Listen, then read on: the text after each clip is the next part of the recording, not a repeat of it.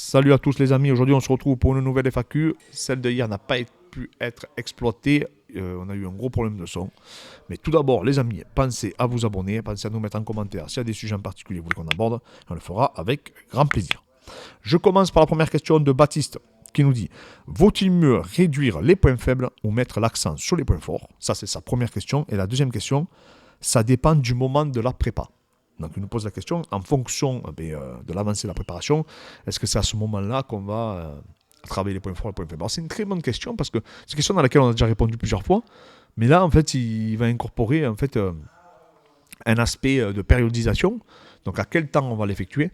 Et alors, quand je parle de points forts et points faibles, je ne prends pas en considération que vous soyez un débutant. C'est-à-dire, si vous êtes un débutant, bien sûr que vous allez devoir y pallier. Hein. Par contre, on va dire que vous êtes déjà un combattant accompli ou un sportif accompli, que ce soit physiquement, athlétiquement parlant ou techniquement, ben là, à ce moment-là, vous pouvez commencer à travailler et accentuer vos points forts. Parce qu'en fait, pour comprendre ces points forts, il faut quand même être conscient aussi de ces points faibles. Et ça, des fois, quand on démarre, quand on débute une discipline, on n'en est pas nécessairement conscient encore. Donc c'est très important de comprendre cet aspect-là et d'arriver à cibler ces points faibles.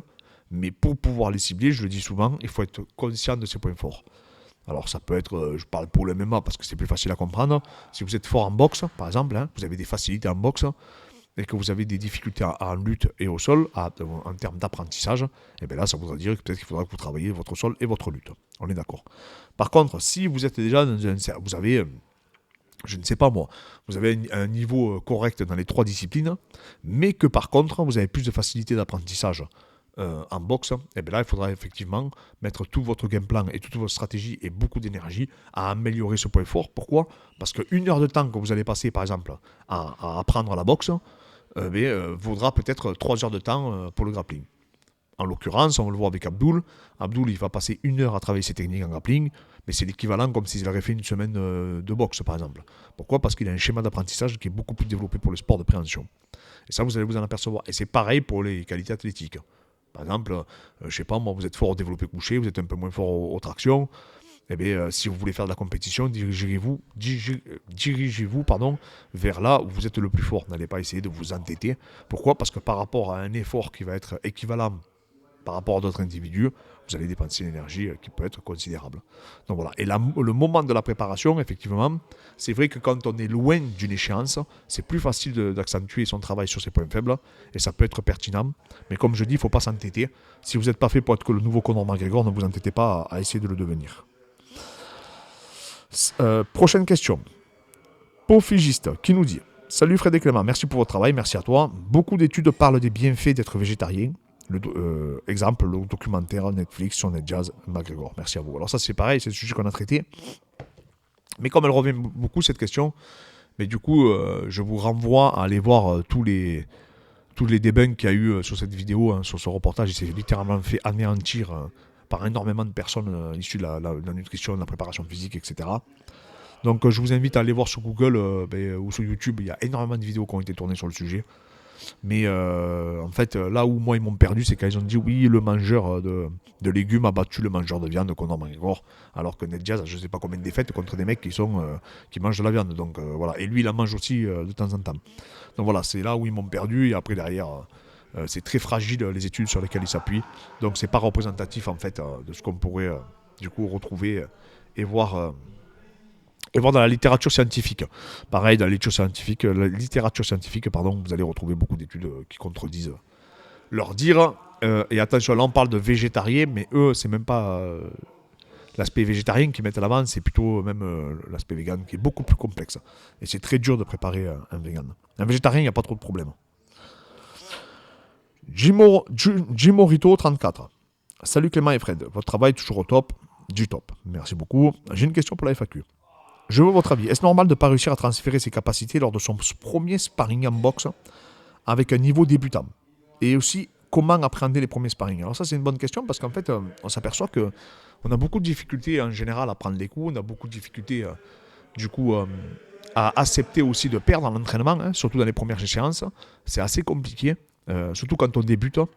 Et malheureusement, c'est que par la pratique qu'on va apprendre. Alors attention, je ne vous dis pas de vous tabasser, je ne vous dis pas de vous fracasser et de mettre les gants. Vous savez que ce n'est pas du tout ma philosophie. D'ailleurs, il n'y a pas très longtemps, vous m'avez envoyé une story, je crois que c'était une mise de gants en pied-point, où les gens s'arrachaient la tête, hein, et les gens, quelqu'un avait conclu, oui, mais il n'y a que comme ça qu'on apprend, etc.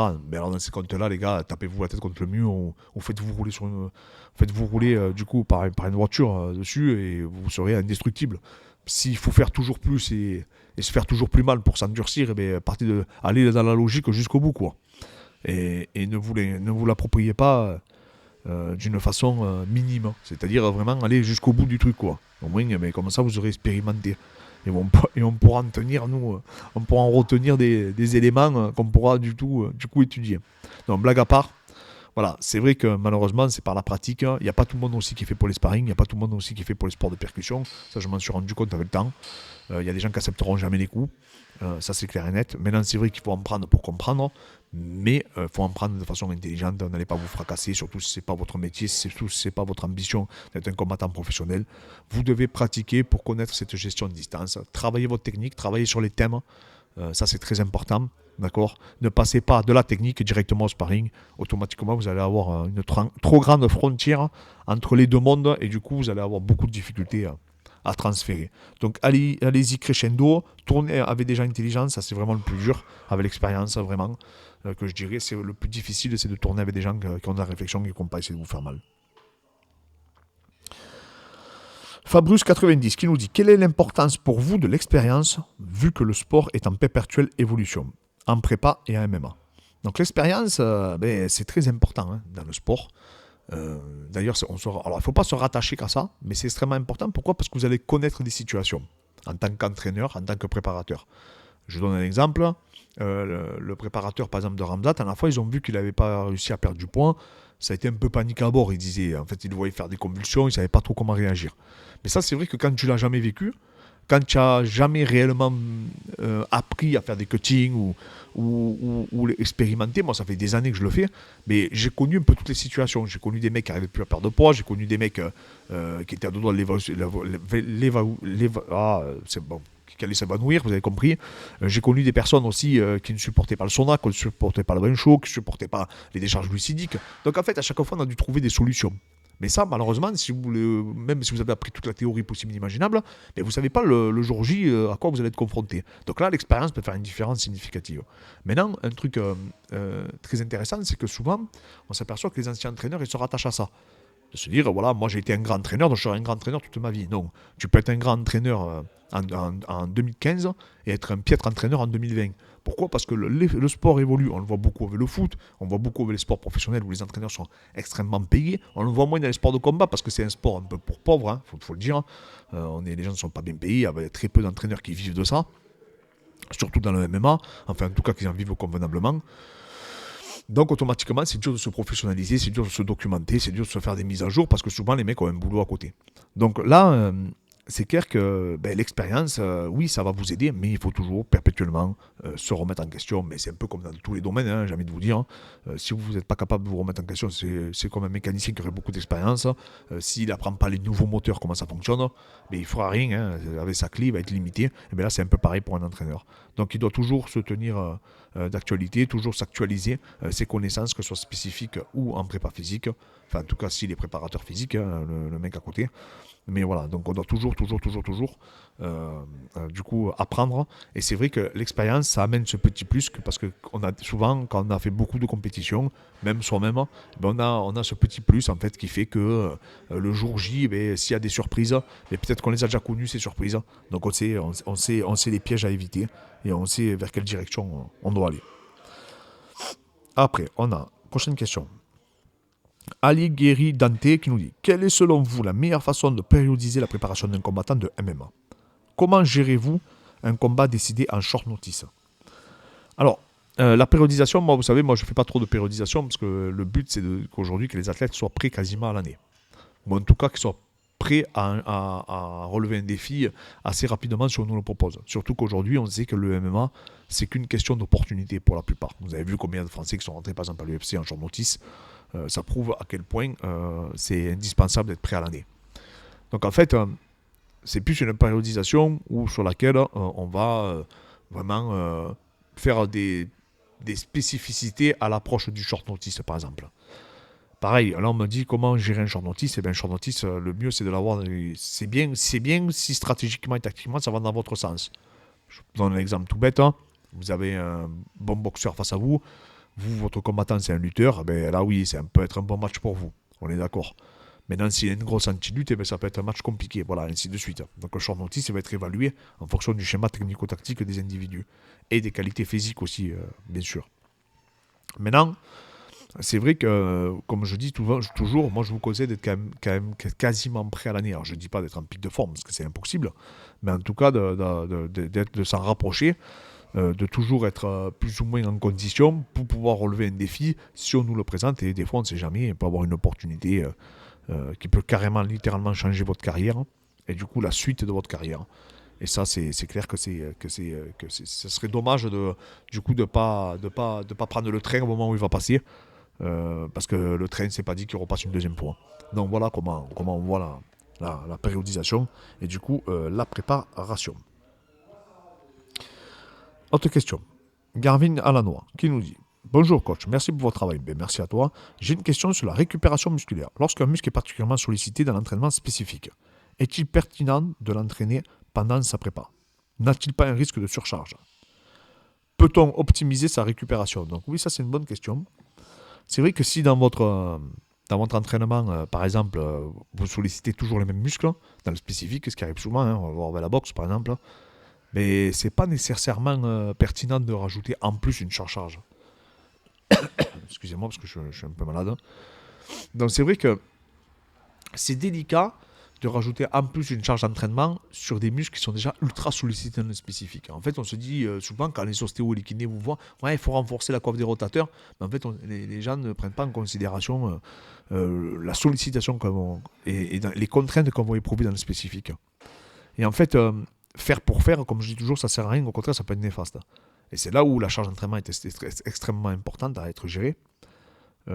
Et du coup, à être analysé, c'est parce qu'en fait, il faut toujours comprendre, et on est toujours un peu sur la ligne, sur une ligne borderline, c'est-à-dire qu'on peut passer d'un côté comme de l'autre, hein, et on a vite fait d'être en surménage et de se créer des pathologies qui vont nous suivre toute notre vie. Donc en fait, c'est là où il faut avoir cette réflexion de se dire, est-ce que là, je suis pas en train de faire fausse route, je veux me consolider, je veux me renforcer, mais est-ce qu'en fait, je vais pas dans le mur?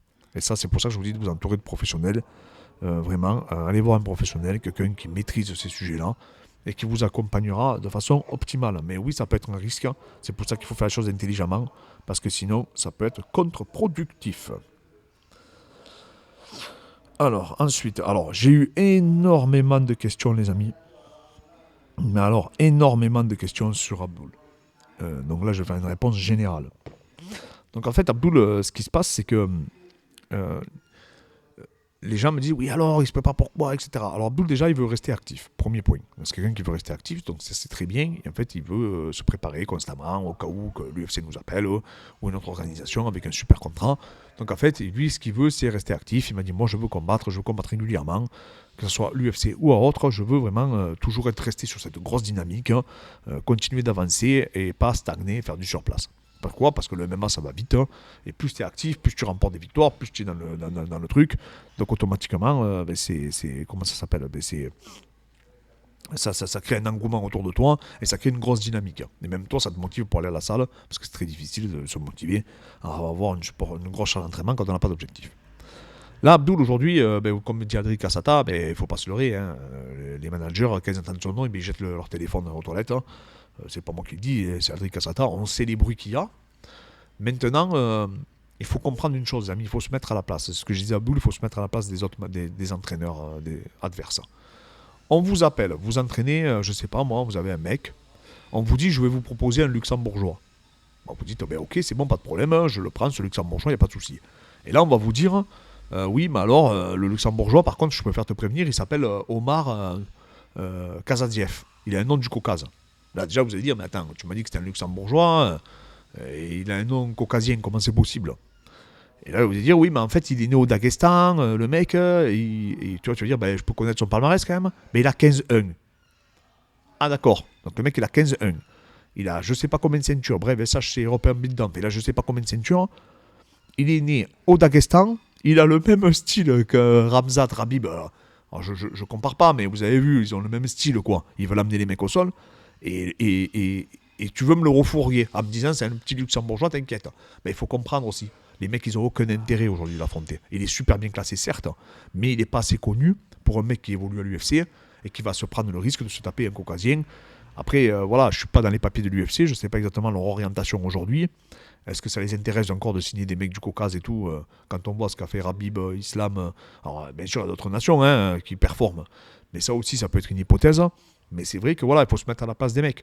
Moi, le premier, je vais demander ou une grosse somme d'argent, ou je vais dire, comment on appelle ça, non, je vais dire que non, que ça ne m'intéresse pas, que je veux tomber de l'avant.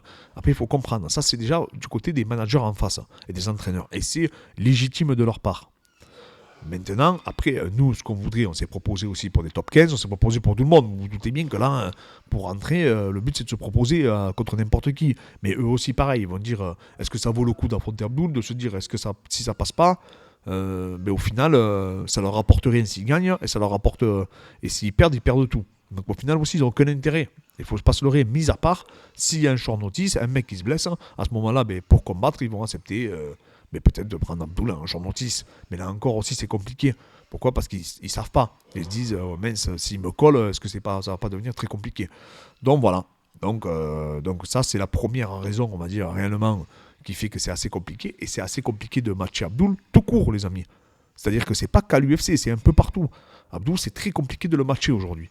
Donc lui, il veut rester actif. Il se propose un peu partout.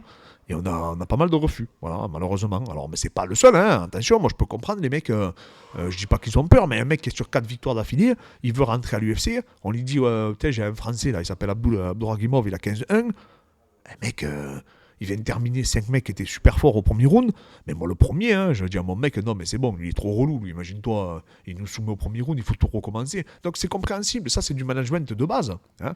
Je veux dire, ça c'est quelque chose, il n'y a pas besoin d'être un grand manager pour le comprendre.